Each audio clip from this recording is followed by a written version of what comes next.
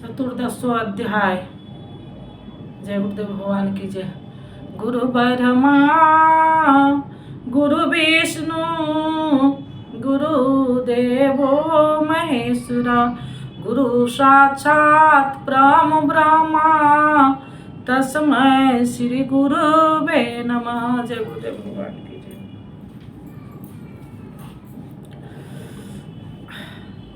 जिस 11वां श्लोक।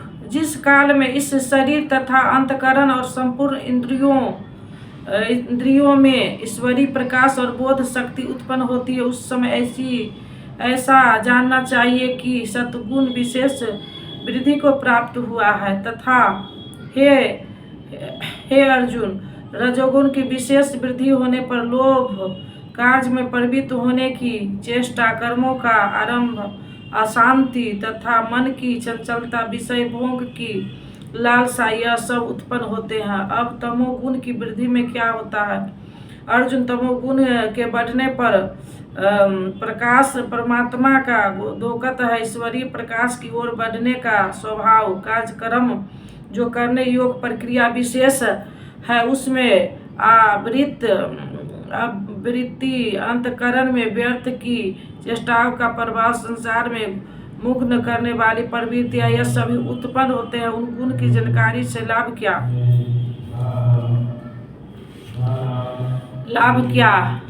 जब यह जीवन आत्मा सद्गुण के वृद्धि काल में मृत्यु को प्राप्त होता है, शरीर त्याग करता है, तब उत्तम कर्म करने वाला मल रहित दिव्य लोकों को प्राप्त होता है तथा रजोगुण की वृद्धि होने पर मृत्यु को प्राप्त होने वाला कर्मों की आसक्ति वाले मनुष्य में जन्म लेता है तथा तमोगुण की वृद्धि में मरा हुआ पुरुष मूढ़ योनियों में जन्म लेता है, जिसमें कीट पतंग आदि पर्यंत योनियों का विस्तार है। अतः गुणों में भी मनुष्य को सात्विक गुण वाला होना चाहिए। प्रकृति का यह बैंक आपके अर्जित गुणों को मृत्यु के उपरांत भी उन्हें आपको सुरक्षित लौटाता है। अब देखें इसका परिणाम। सात्विक कर्म का फल सात्विक निर्मल सुख, ज्ञान और वैराग्य आदि कहा गया है। राजस कर्म का फल दुख और तामस कर्म का फल अज्ञान है तथा सत्गुण से ज्ञान उत्पन्न होता है। ईश्वरीय अनुभूति का नाम ज्ञान है। ईश्वरीय अनुभूति का प्रवाह होता है। रजोगुण से निसंदेह लोभ उत्पन्न होता है तथा तमो गुण से प्रमाद, मोह, आलस, अज्ञान ही उत्पन्न होता है। ये उत्पन्न होकर कौन सी गति देती है? तब गुण में स्थिर हुआ पुरुष उस मूल परमात्मा की ओर प्रवाहित होता है, निर्मल लोकों को जाता है। रजोगुण में स्थिर राजस पुरुष मध्यम श्रेणी के पुरुष होते हैं, जिनके पास न विवेक वैराग्य ही होता है और न अधम कीट पतंग योनियों में जाते, बल्कि पूर्व जन्म को प्राप्त होते हैं। और निंदिती तमोगुण में प्रवृत्त हुए तामस पुरुष अधोगति अर्थात पशु पक्षी कीट पतंग आदि अधम योनियों को प्राप्त होते हैं। इस प्रकार तीनों गुण किसी न किसी रूप में योनियों के ही कारण है। जो पुरुष गुणों को पार कर लेते हैं, वे जन्म बंधन से छूट जाते हैं और मेरे स्वरूप को प्राप्त होते हैं।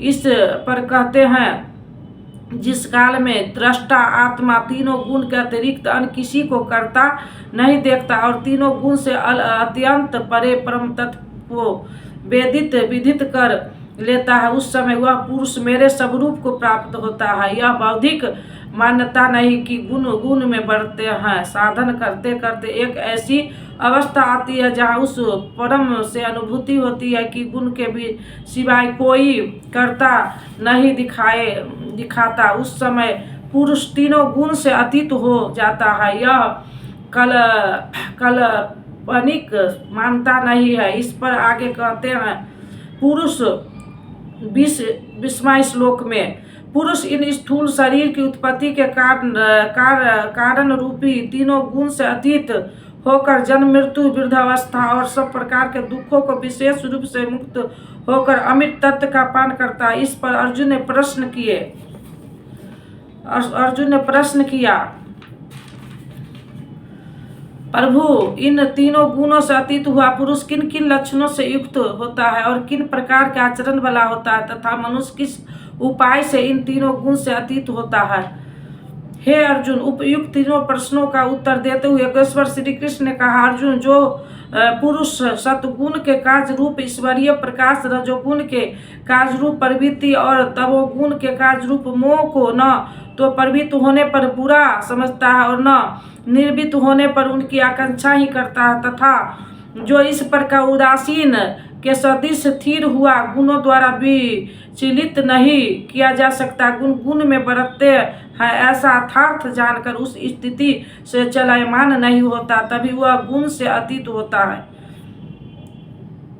जो निरंतर स्वयं अर्थात आत्म भाव में स्थिर है, सुख और दुख में सम है, मिट्टी पत्थर और स्वर्ण में भी समान भाव वाला है, धैर्यवान है, जो प्रिय अप्रिय को बराबर समझता है, अपनी निंदा तथा स्तुति में भी समान भाव वाला है, और जो मान अपमान में सम है, मित्र और शत्रु पक्ष में भी सम है, वह संपूर्ण आरंभों से रहित हुआ पुरुष गुणातीत कहा जाता है।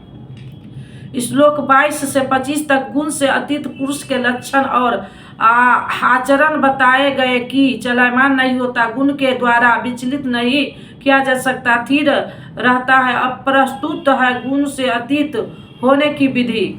जो पुरुष अव्यचारिणी भक्ति द्वारा अर्थात इष्ट के अतिरिक्त अन्य सांसारिक स्मरणों से सर्वथा रहित होकर हुए योग द्वारा अर्थात उसी नियत कर्म द्वारा मुझे निरंतर भजता है, वह इन तीनों गुण का अच्छी प्रकार उल्लंघन करके परम ब्रह्म के साथ एक होने का योग होता है, जिसका नाम कल्प है। ब्रह्मा के साथ एक ही भाव हो जाना ही वास्तविक कल्प है। अनन्य भाव से नियत कर्म का आचरण किए बिना कोई भी गुण से अतीत नहीं होता।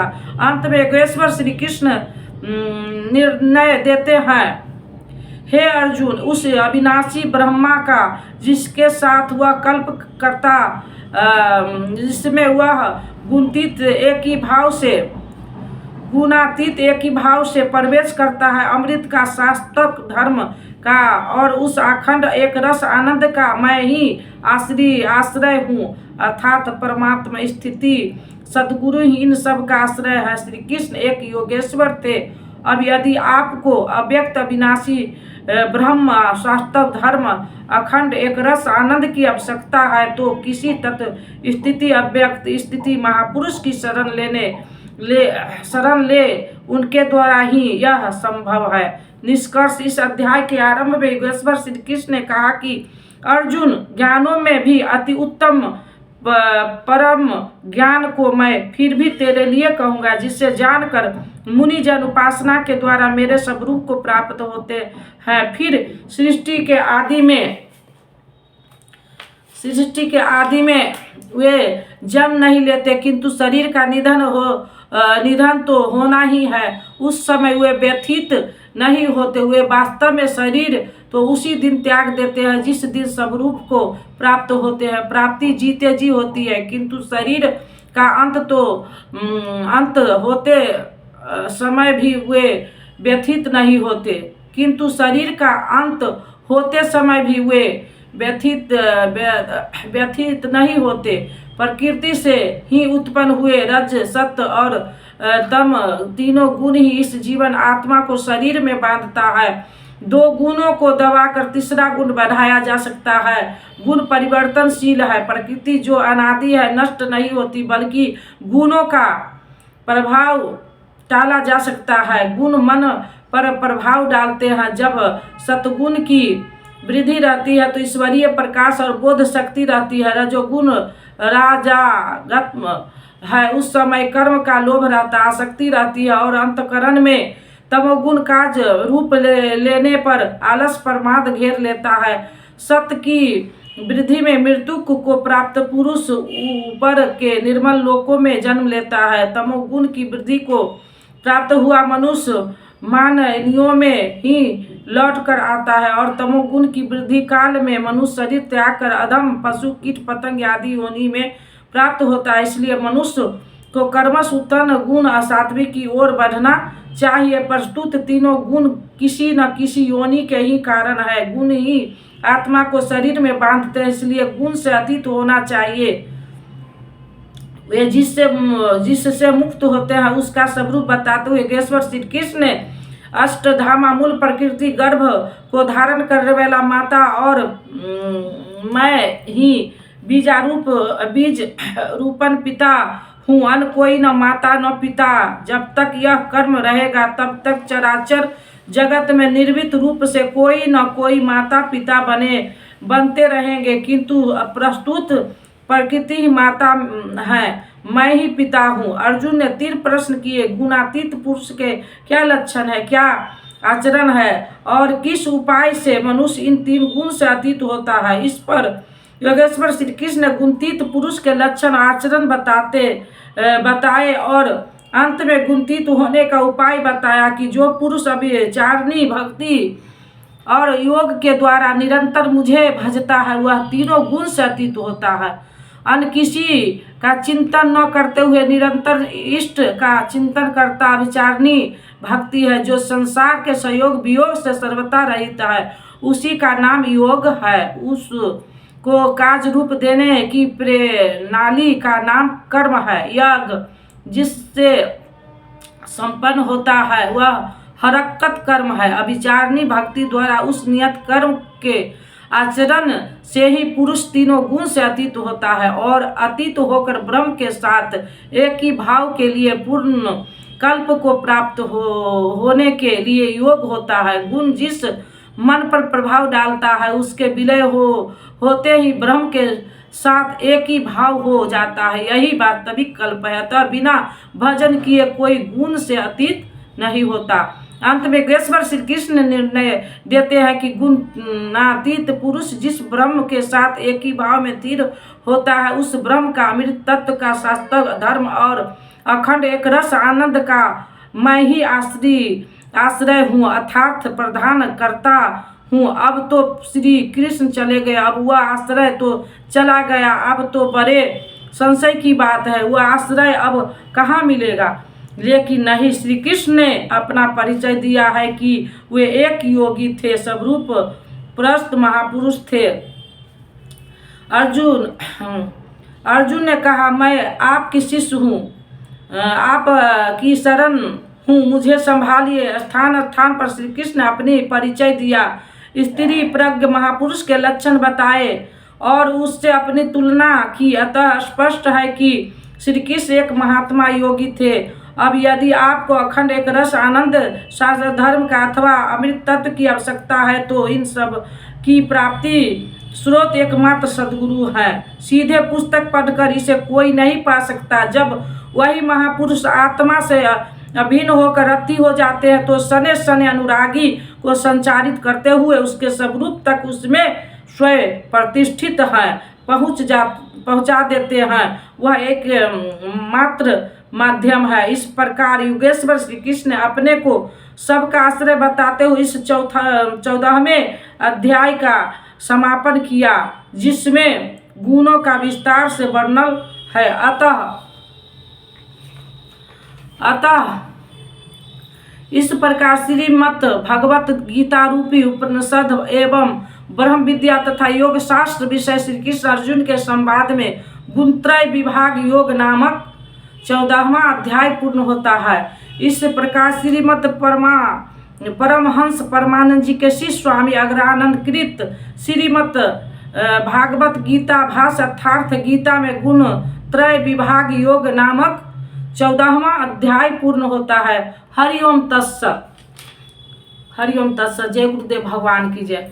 अब दे दो गीता ज्ञान मिटे अज्ञान गुरु जी हमारे, हम आए शरण तुम्हारे। अब दे दो गीता ज्ञान मिटे अज्ञान गुरु जी हमारे, हम आए शरण तुम्हारे। बालकपन खेलन में खोया, जौवन निंद्रा में तू सोया, भय विदित हो गई जर्जर कात हमारे, हम आए शरण तुम्हारे। भय विदित हो गई जर्जर कात हमारे, हम आए शरण तुम्हारे। अब दे दो गीता ज्ञान मिटे अज्ञान गुरु जी हमारे, हम आए शरण तुम्हारे। सुत मात पिता बांधव दारा न स्वर संबंध है सारा, जाएंगे संग शुभाशुभ कर्म हमारे, हम आए शरण तुम्हारे। जाएंगे संग शुभाशुभ कर्म हमारे, हम आए शरण तुम्हारे। अब दे दो गीता ज्ञान मिटे अज्ञान गुरु जी हमारे, हम आए शरण तुम्हारे। गुरु कर में जग की माया में सुख पाता था इस काया में, निज ज्योति से ज्योति जगाओ गुरु जी हमारे, हम आए शरण तुम्हारे। निज ज्योति से ज्योति जगाओ गुरु जी हमारे, हम आए शरण तुम्हारे। सेवक पर स्वामी दया करो, भव भय बंधन आप हरो, कर्मों के दोष न देखो आप हमारे, हम आए शरण तुम्हारे। कर्मों के दोष न देखो आप हमारे, हम आए शरण तुम्हारे। अब दे दो गीता ज्ञान मिटे अज्ञान गुरु जी हमारे, हम आए शरण तुम्हारे। गुरु चरणों में ये अर्जी है, आगे प्रभु आपकी मर्जी है। गुरु कृपा मिले तो जागे भाग हमारे, हम आए शरण तुम्हारे। गुरु कृपा मिले तो जागे भाग हमारे, हम आए शरण तुम्हारे। अब दे दो गीता ज्ञान मिटे अज्ञान गुरु जी हमारे, हम आए शरण तुम्हारे। बोलो श्री राम जय जय राम, बोलो श्री राम जय जय राम, बोलो श्री राम जय राम। मंगल भवना अमंगल हारी, मंगल भवना मंगल हारी, द्रवहु सो दशरथ अजिर बिहारी। जो तुम जानहु अंतर्यामी, पूरबहु मोर मनोरथ स्वामी। अब प्रभु कृपा करऊ एई भांति, सब तजी भजन करब दिन राति। बोलो श्री राम जय जय राम, बोलो श्री राम जय राम। सकल विघ्न व्यापहि नहीं तेहि, राम सो कृपा बिलो कहि जेहि। प्रवेश नगर कीजे सब काजा, हृदय राख कौशलपुर राजा। गरल सुधारिपु करहि मिताई, गौपद सिंधु अनल शीतलाई। हे रामा पुरुषोत्तमा नरहरे नारायण केशवा, गरुड़ ध्वज दामोदरा माधवा। हे कृष्णपते कमलापते, श्रीपते वैकुंठाधिपते, चराचर पते लक्ष्मीपते। पाहि माम त्राहि माम। ओम शांति शांति। जय गुरुदेव भगवान की जय। ओम ओम ओम हरि ओम हरि।